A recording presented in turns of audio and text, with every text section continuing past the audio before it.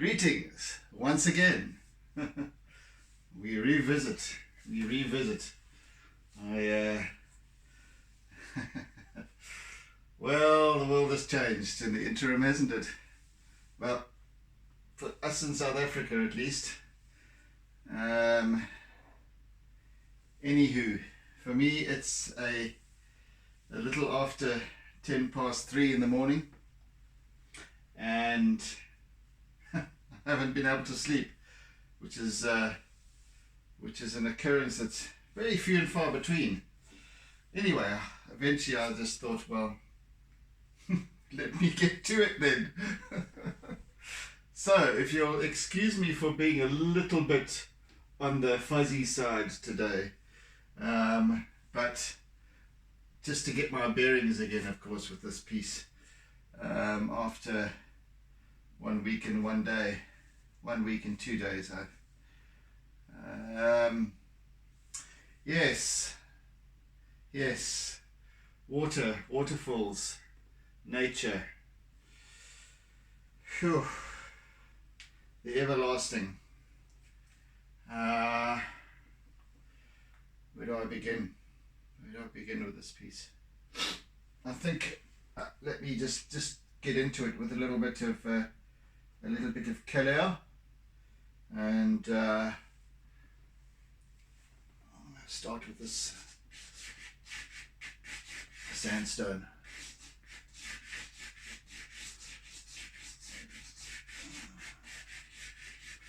So,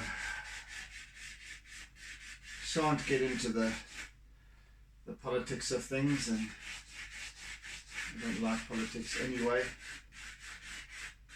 Got no particular interest. But there have been some interesting times in South Africa this past week and some 2 weeks.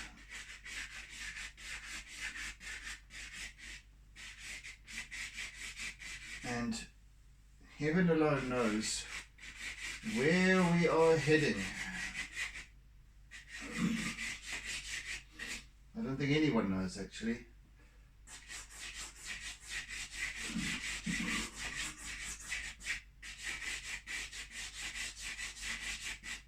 One thing's for sure, one thing's for absolute certain, that I have finally no doubt about,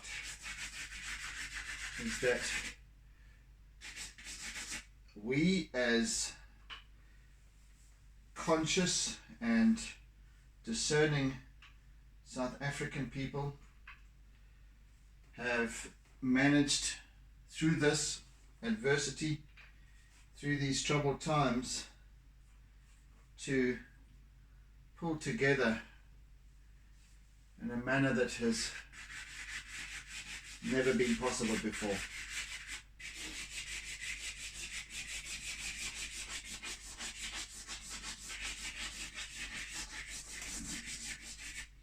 And completely irrespective of culture, of color, of community,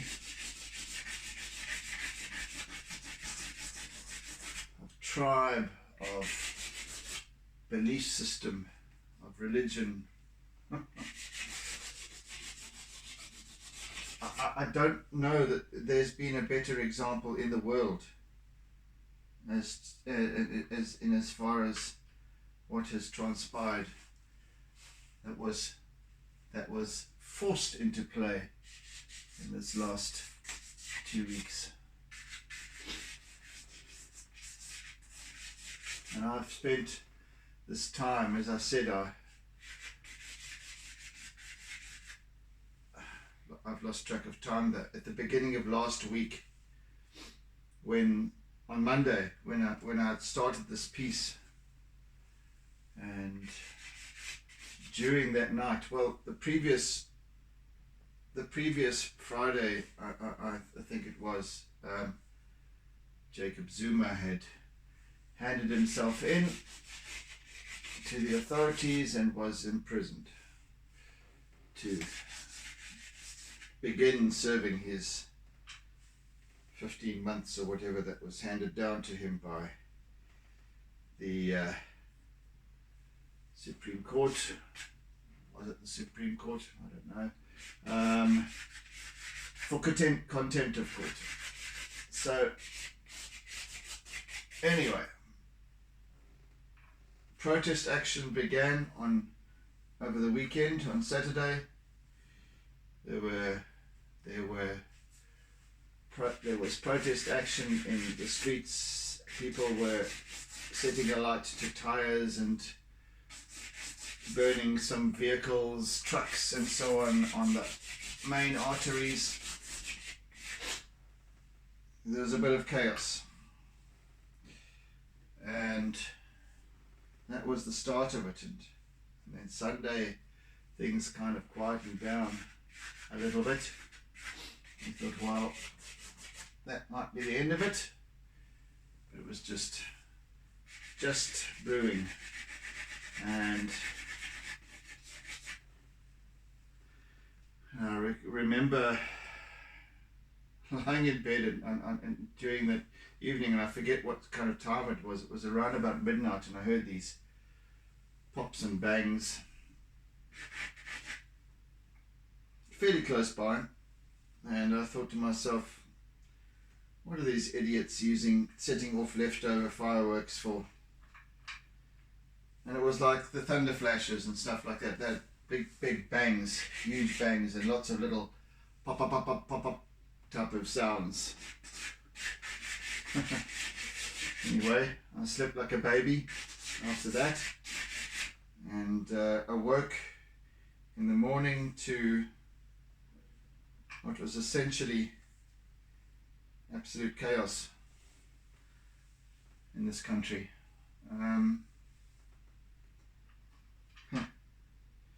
It's difficult even to describe it without feeling a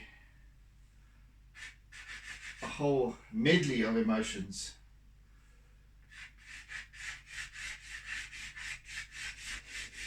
Best I don't even try, but yeah, the country just erupted with this looting. And it started with the looting and then kind of progressed into the into arson, burning, destruction, absolute chaos. Whole industrial parks in our area were completely overrun, completely and utterly raped, looted, and then set alight, such that we're still battling. Emergency services are still battling. Well, not so much the emergency services anymore, but the guys who do the specialized cleanups and what have you are still struggling to contain some of the stuff that's going on. There's still action going on here and there. It pops up every now and again. It gets snuffed out, but my main point through all of this, though, as I said in the beginning today,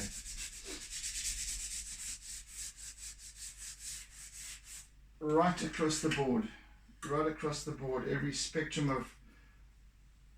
of living in this country, from the very poor and those who weren't part of the looting.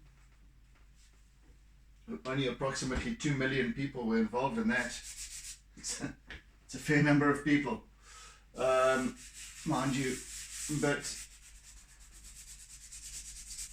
the vast majority of the people, and we're talking of a population of 60 million,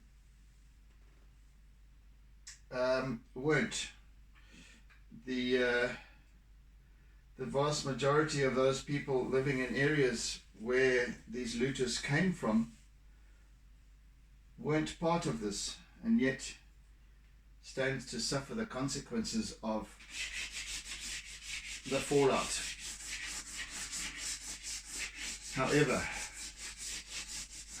I think that has been alleviated through the fact that communities across all spectrums of life in South Africa pulled together in no uncertain terms, in absolute decisiveness,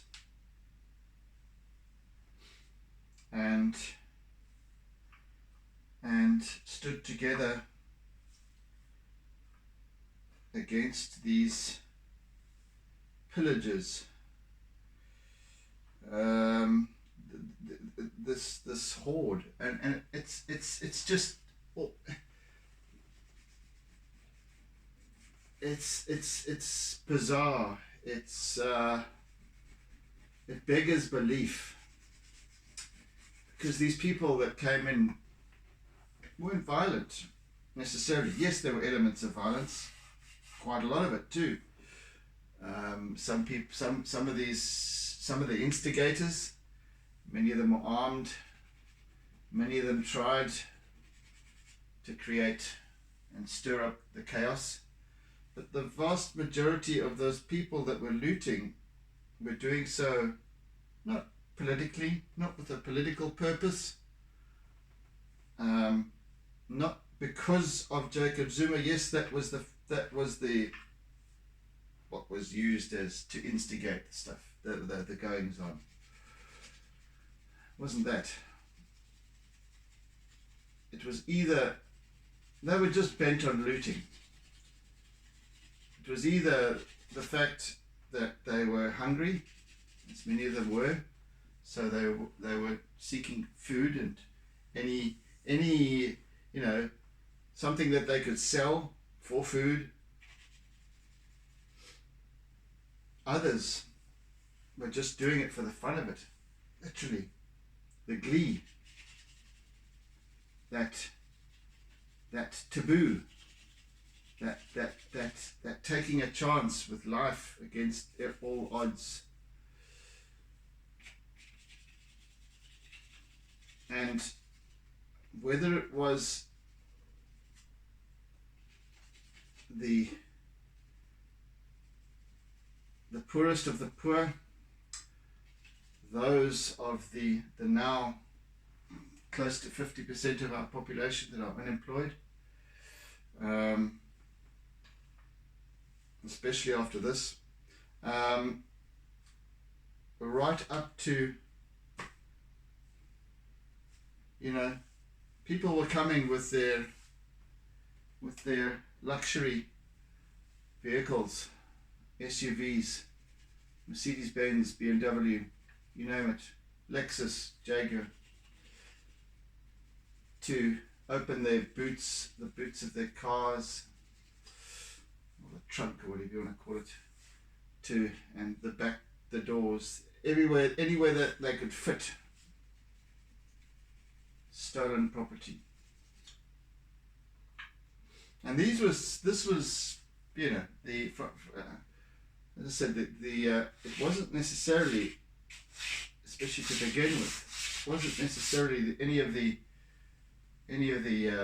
suburban areas that were specifically targeted, except where there were shops, and except where there was warehousing perhaps, or large shopping centres, shopping complexes, etc. Those areas were targeted, but by and large residential areas weren't. People were just on the lookout for loot. Just anarchy. No control over them. No control. In fact, instigated. So instigated anarchy with a purpose. It started with a purpose, and that purpose failed.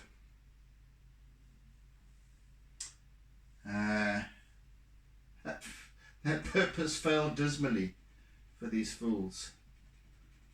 But what really gets to me is that the caliber of people that were actually partaking, and that they thought it was okay to do so. They consciously took the decision to go out, to climb into their fancy vehicles, and to go along with the thousands upon thousands of other people to descend on these big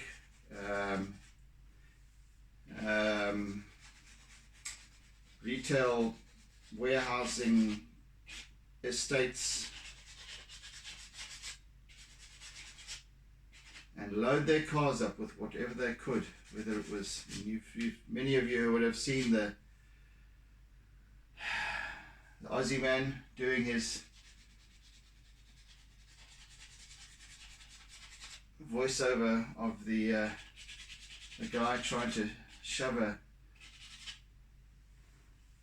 72-inch flat screen into the back of his car without success. That was just one little I guess it kind of in a way epitomized what it was all about, this absolute desperation just to take.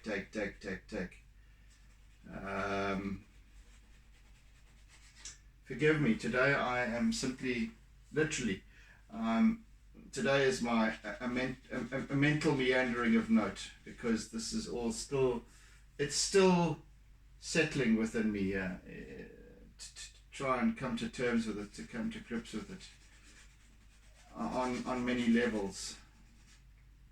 You know, on one hand there's this rabid looting taking place.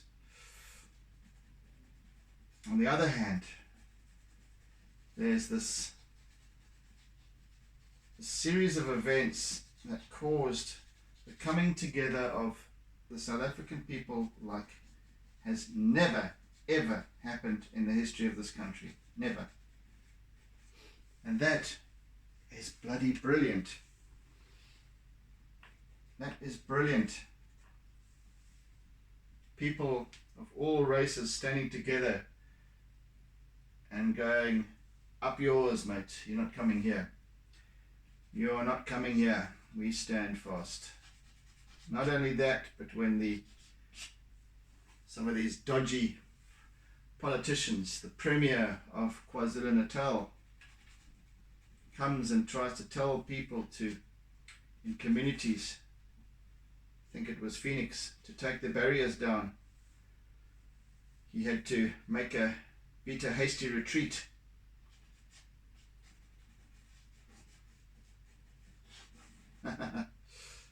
Yeah. When they're obviously in a process of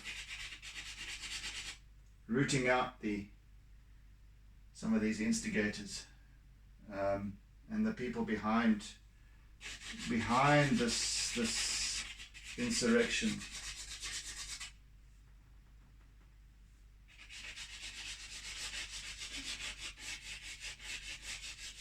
This treason. And one wonders who they are. This is what yet has to unfold. Who they really are, not just the people who have been so-called identified and perhaps sought out and perhaps captured to be put on trial, but those that are really behind this. I don't know. I think those people will maybe remain at large forever, because they just retract back into under their little rocks. I don't think we'll ever actually quite comprehend the ramifications of what was attempted here over this past week and a half, because it feels like it's been months already that this has been going on. It feels like a war, and in a way it has been, but it's only been essentially just over a week. crazy. And already many of these places that have been ravaged, I mean, vast areas, huge, massive warehousing complexes and so on. Streets, all the shops in the streets in the city of Durban, you know, shops looted, refuse, at least stuff strewn all over the roads, just glass, shattered shop fronts, just crazy, and already that's been cleaned up. Some of it, Durban Central looks tidier than it has been in decades, let me tell you that. It's crazy. You know, and not only did the people come together, but the taxi operators, these guys, I mean, yeah, these are serious guys. You know, there's been faction fighting and what have you, and you know, many of us love to hate the taxi drivers, but they came through as well, just to top it all. Not even to top it all quite. Even the traditional, some of the traditional chiefs and indunas of local tribes and groups came together to stand with everybody else to prevent the ongoing looting and to say no. They came in force. They came with their traditional weapons, and you don't mess with those guys, you know. You don't mess with the taxi driver, taxi association. So all of these people realizing that, hey, hang on, these people are destroying the economy of our country. It is already destroyed. I mean, the pandemic and the lockdown and all of that sort of. We are today, I think it's our 481st or second day of lockdown now, for goodness sake. But, you know, that's pretty much brought the economy to its knees. And then this, you know, wholesale looting and you know, with every big store that gets looted out, burnt out, there's 1,000 jobs gone.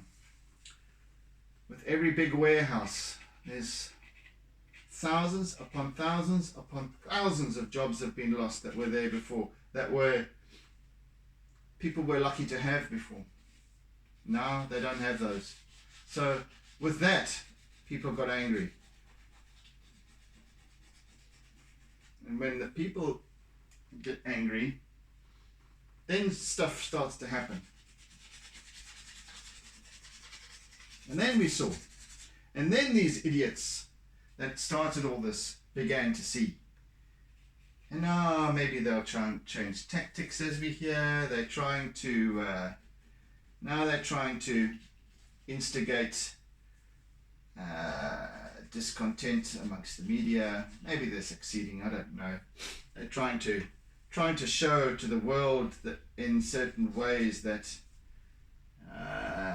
that this is a racial thing, that there's the Indian people and the white people are up against the black people. That's not the case at all. That is absolutely not the case, and anybody who thinks that or sees that, turn your TV off, because it's absolute rubbish. And that's just new tactics by some of these people, and as I said, I don't know quite the extent to which this has been masterminded. I hesitate actually to use the term mastermind, because there's been mindlessness actually. It hasn't been really that well thought out. Well, maybe it had been well thought out. However, what they just didn't account for was the will of the people when they decided that enough is enough and we're not taking this. That they most certainly didn't account for.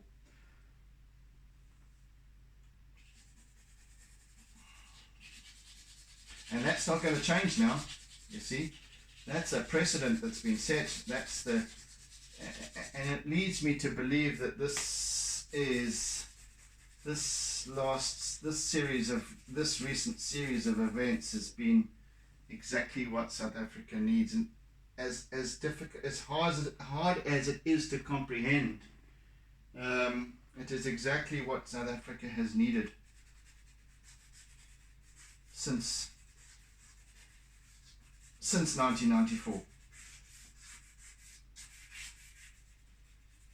I mean, Nelson Mandela would be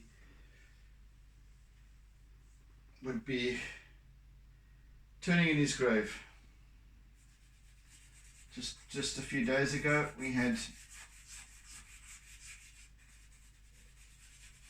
the anniversary of the passing of Nelson Mandela in 2013. I wonder what he would have had to say about all of this. I really do. I would love to know, because, man, I don't think this was his vision. I don't think it was his vision that this country should fall into chaos the way it did. But, as I just said, I believe it was meant to. It's the only thing that was going to actually pull our people together. There was too much volatility, too much insecurity, suspicion amongst the different cultural groups, etc. And all orchestrated. The ANC, in their infinitely dubious wisdom, have managed to stay in power for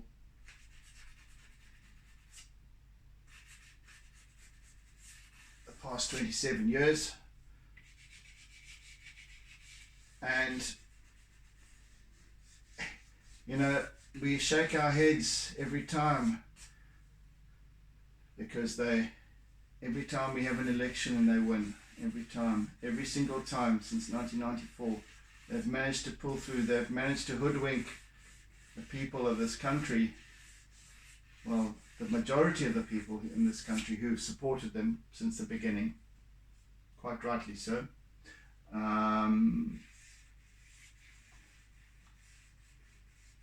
They had a dream. Nelson Mandela had a dream for this country, but they never ever managed to deliver on their promises, and yet they still managed to get the votes, because they had the fear of the people. That's all. They had the fear of the people that kept on just voting for them, so just to try and think that they were safeguarding themselves, that they were guaranteeing their future. But that, I think, has been thrown out of the window, so to speak, along with all the looted goods. So yes, as I said, I don't like talking about politics, but I'm not really talking about politics here. I'm talking about humanity. The power of a common word. The strength, the power behind no.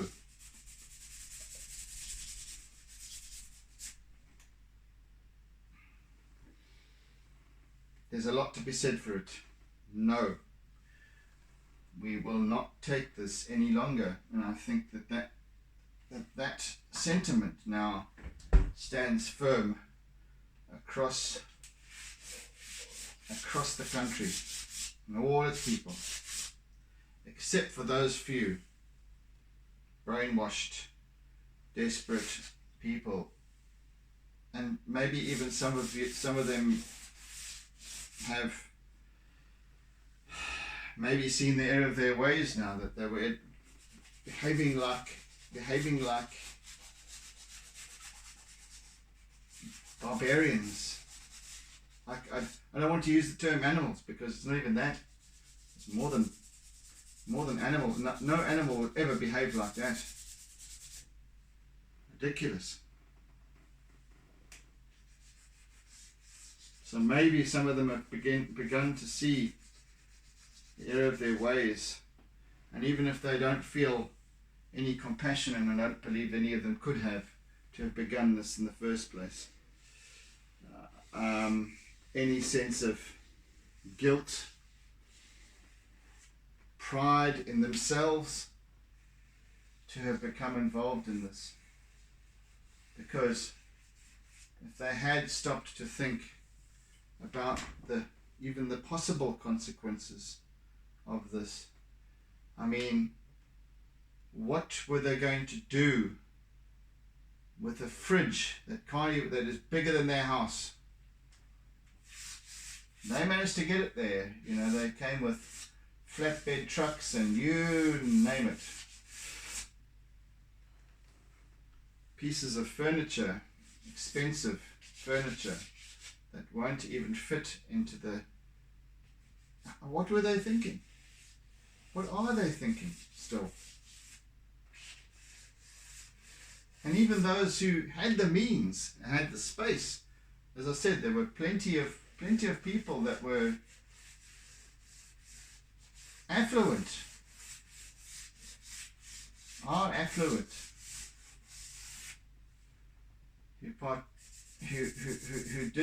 who also somehow partook in these actions and events.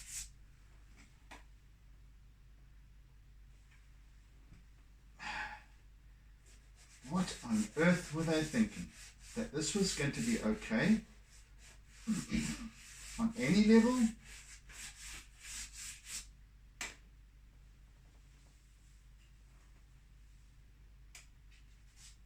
You know, it's very easy for those amongst us that aren't destitute, absolutely destitute, aren't living from hand to mouth, that do not know when the next meal is going to come from. It's very easy to sit and judge that. So I'm not doing that. I don't want to do that. I don't have the right to do that. I just struggle to comprehend why.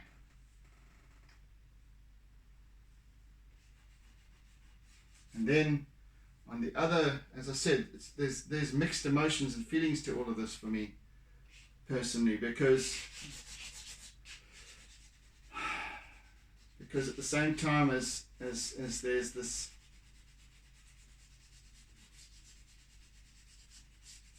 that I'm absolutely flabbergasted at the turn of events, what took place. I'm also, and I mean, like literally, many of us are still reeling from the events,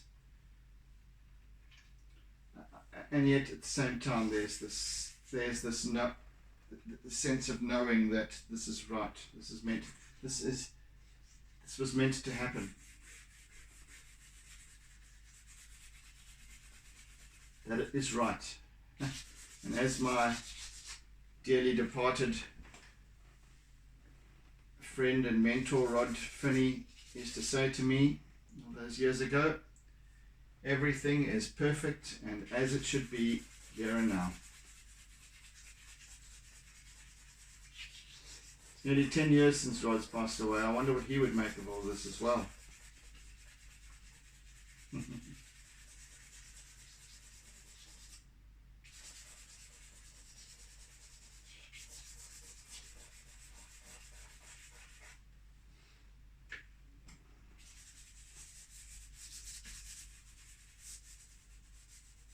So this dark and seemingly angry piece began in angry times, and hopefully I can maybe this piece was meant to be begun on that day, and it was meant to take up the charcoal again today, and hopefully transform this piece into something that is bright and full of hope.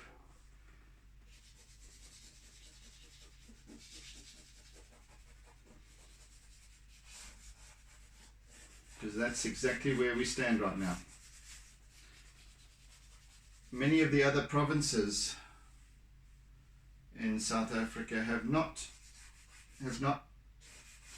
been a part of this like we have here. There was some extensive action in Gauteng and Johannesburg environs, and very, very much in Durban, where I am, and other parts of KwaZulu-Natal, my province. So in the greater scheme of things, and if you look at the map of South Africa, very isolated, and yet with very, very, very widespread and deep effects. Some good, some very good, some very, very bad and sinister.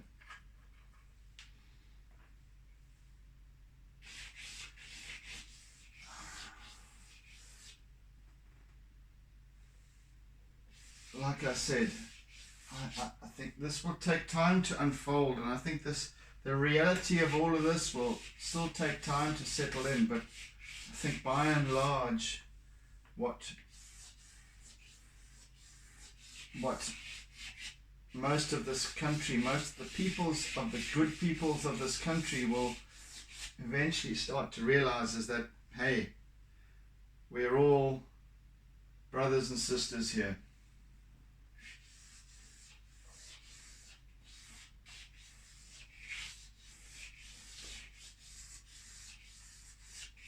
We're all in this together, and we're all making it right together, and we're not taking the crap from these people who now start to cry foul. They start to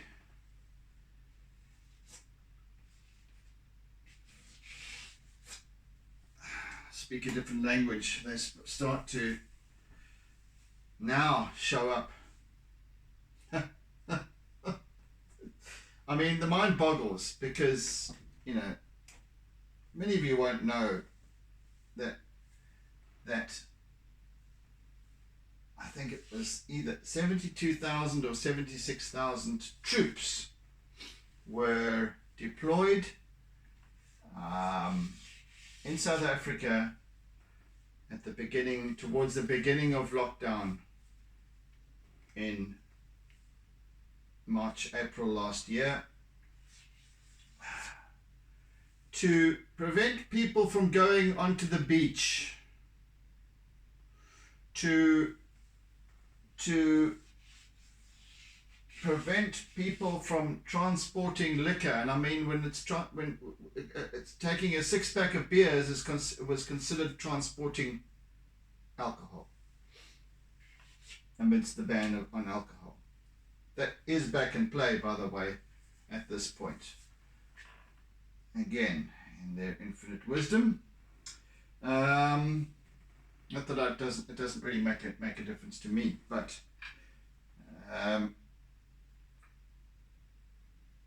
72,000, well, in excess of 70,000 troops were deployed to combat that. Just average people, you know, just wanting to go for a surf, wanting to go for a swim, wanting to sit on the beach, just to swim in the water. The healthiest place you can be. and the army was deployed to combat that. How many troops were deployed at the outset of the unrest? 0. 0 troops, and we're still waiting to see them. They say they're there, but they're not. There was a huge show of these these armored personnel carriers driving through the streets of Durban. I think that there was a convoy of maybe 20 of these vehicles. And as they turned, and I mean, a couple of, I saw a couple of clips of these things, that people had posted up. But the one clip, they turned around a corner and they went crosswise across the camera. And I noticed that not one of them had any troops inside of them. They were empty, except for the driver. So there was these 20 odd vehicles in convoy that were all just there for show. There weren't any troops there.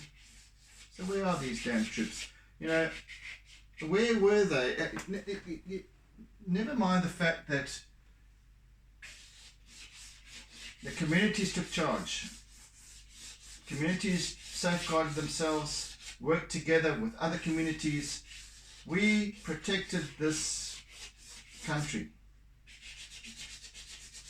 the people of this country. The unprotected areas were obviously the industrial and retail areas that were outside of the residential areas, and in fact the only areas where communities clashed with the looters was where there was shops and shopping centers and so on within the residential areas. But those big, that's why they're burning now, these big complexes, have been burning. In fact, the one that's just now being demolished, and finally they're managing to get to they're having to demolish part of I think it's a paint, paint factory or something like it. I stand to be corrected, but so that they couldn't prevent stop the fire from smoldering in certain places within these giant vast factories, so they had to demolish parts of it to get to these smoldering places so that they can now put out the fire. So we had these toxic fumes and what have you, sulfur and what have you, floating around. Come on. And then these people, Becky Sele, who's the Minister of Police and and the Minister of Intelligence, the Minister of No Intelligence, all coming out, and now they're talking this way, that way, backtracking, bullshitting. Their heads are on the block, and they're all trying to show how much they're doing. They can't show though how much they've done, because they did nothing. It was only they were dead quiet when all this was happening. Dead quiet. They didn't show. They didn't send anyone out. It was left to the rest of us, and because of that, we pulled together. And I think, how are we doing for time here, Guy? About 15 minutes left. Gosh. Okay. Yeah. So So, folks, I mean, it's you know, I'm rattling on here about this whole situation, but it is kind of top of mind. It is kind of a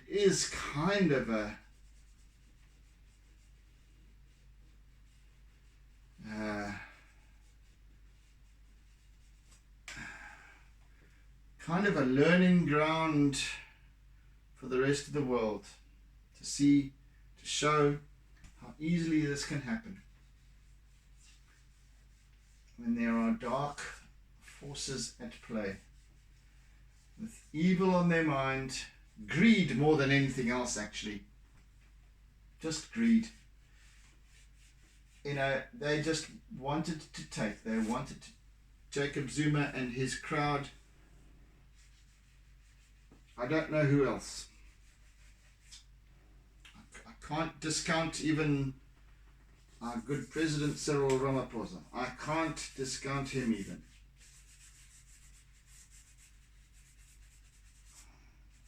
I don't know. There is collusion afoot. There is dark forces at play. I don't know the extent of it. Does anybody really know the full extent of it? Will we ever know? Probably not.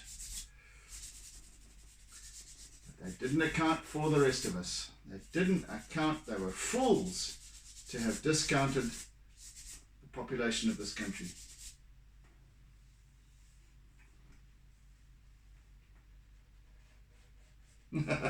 I've seen it said that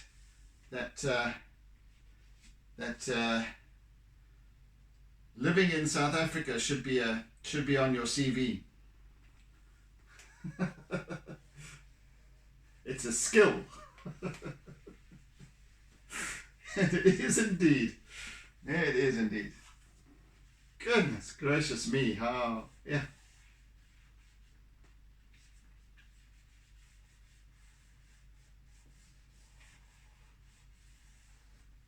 You know, many of us,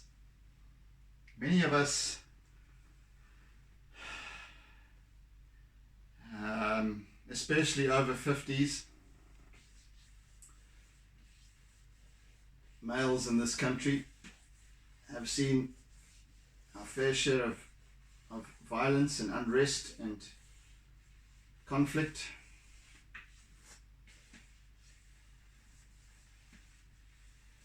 Many under the age of 50 have seen conflict, having been perhaps employed in the police force over the decades.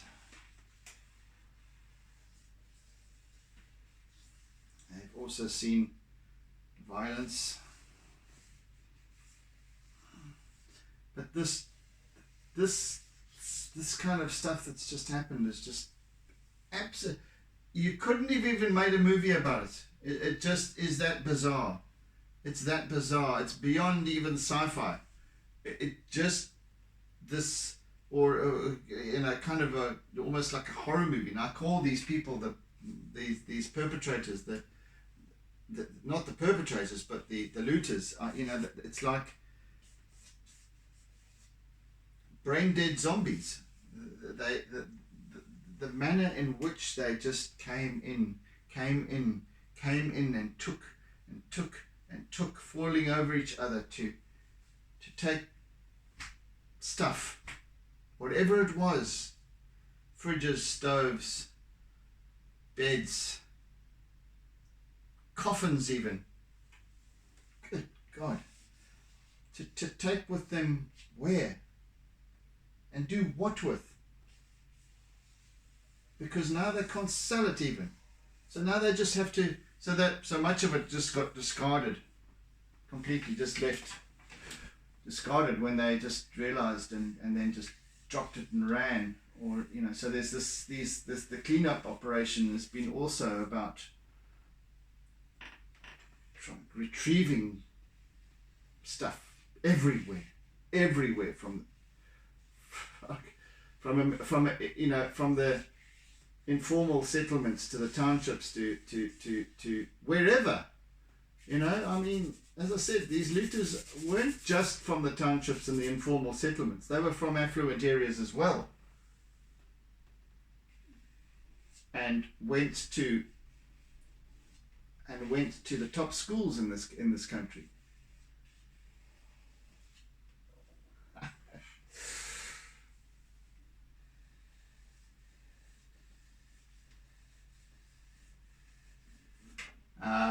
One of them was caught red-handed. Was from Hilton College, which is he was at Hilton. He schooled at Hilton College, which is one of the most prestigious schools in the country, and he is a CEO of a financial organization. I forget where. I think it might have been in Johannesburg. And this guy was caught looting as well. Why does he need to loot? So this is the mindlessness of it that I can't begin to even patch together as to why.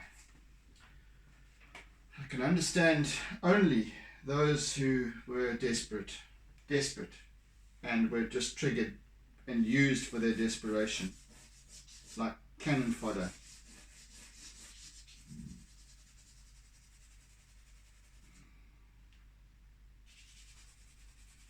They came in and looted, and then the instigators came in after them and set fire. All trying to create instability in this country. All trying to set us, black against white, black against Indian, and coloured people, and we all just came together and went, to hell with you. That's just incredible. That's amazing. That's beautiful.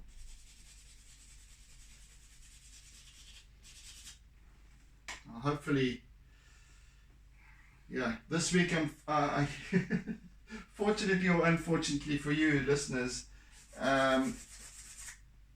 you're just going to have to deal with it this week as I process this, because these sessions are my incubator, as you know, and I've sorely missed being able to get into my art again. I just lost my mojo completely last week. I didn't have I just couldn't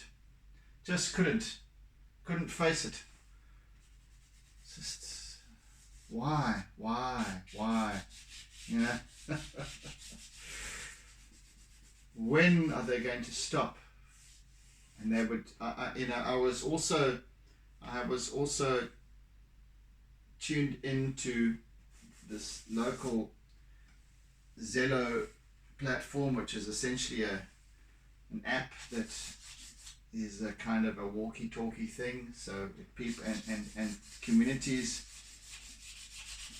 across Durban used this app and the different groups on the app to communicate with one another, to communicate with individuals where they were needed, hotspots, safeguarding, repelling, and moving to another place that was erupting. You know, it just went on and on and on and on, and I was listening to this all as well, you know. Interestingly, there was nothing in my immediate surrounds that was happening. It's been absolutely quiet, this whole area. I've heard chaos going on around.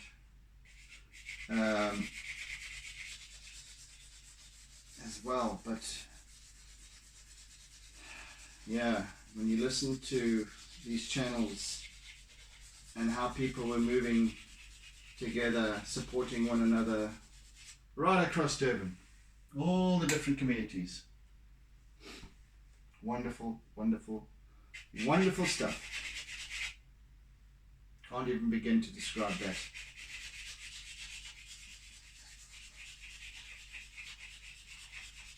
I cannot, in no place, in no time in South Africa's history has the taxi associations and the tribal leaders stood up together with the white communities, the Indian communities, and the other black communities that were in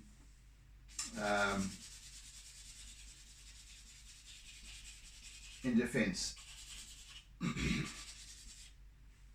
It's never happened. So unprecedented events have taken place over this past week that we are taking time to process. The enormity of it, the magnificence of it.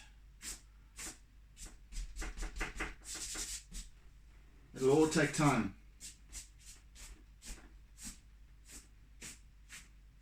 The love, the camaraderie, the resilience, the strength, the wisdom.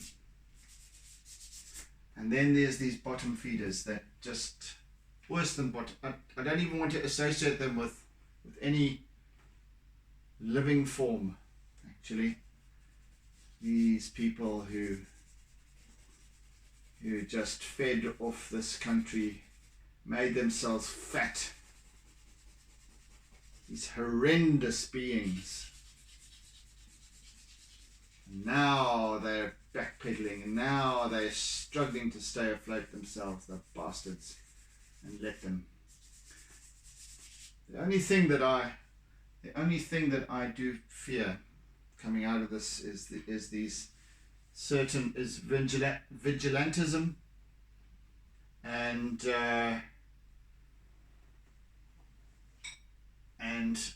undisciplined yet gung-ho types. The self-proclaimed Texas Rangers. Anyway, but that hopefully that won't become too much of a problem. Some kind of retaliation is bound to happen in certain sectors, but by and large, I think we've managed to pull together and stand together throughout this whole thing, and just be real about it and get on with fixing things, making it right. Anyway, I think I'm out of time for today, so. Made a little bit of progress. Got a lot off my chest. Thank you for listening, and hope to do some more of that. And as I said, the objective now of this piece that started out very dark and dingy and almost angry was spot on for its time. And hopefully I can transform it, as I said, into something that has light and that has dance to it, jubilation. So, people, thank you for joining in, thank you for sharing, thank you for caring, thank you for bearing with me forgive me for my absence the past week. Hopefully I'll have another good stretch now ahead of me. So yes, thank you always for your compliments and your kind words, and do take care. Have a fantastic day ahead. I'm going back to bed, I think. It is now 4:10, so so yes, I think I'm tired now, so bed it is, and we'll catch up again soon. So take it easy, and oodles of toodles. Almost forgot my mantra. Yeah, take it easy, guys. See you again soon. Bye then. And it's all about a doodle.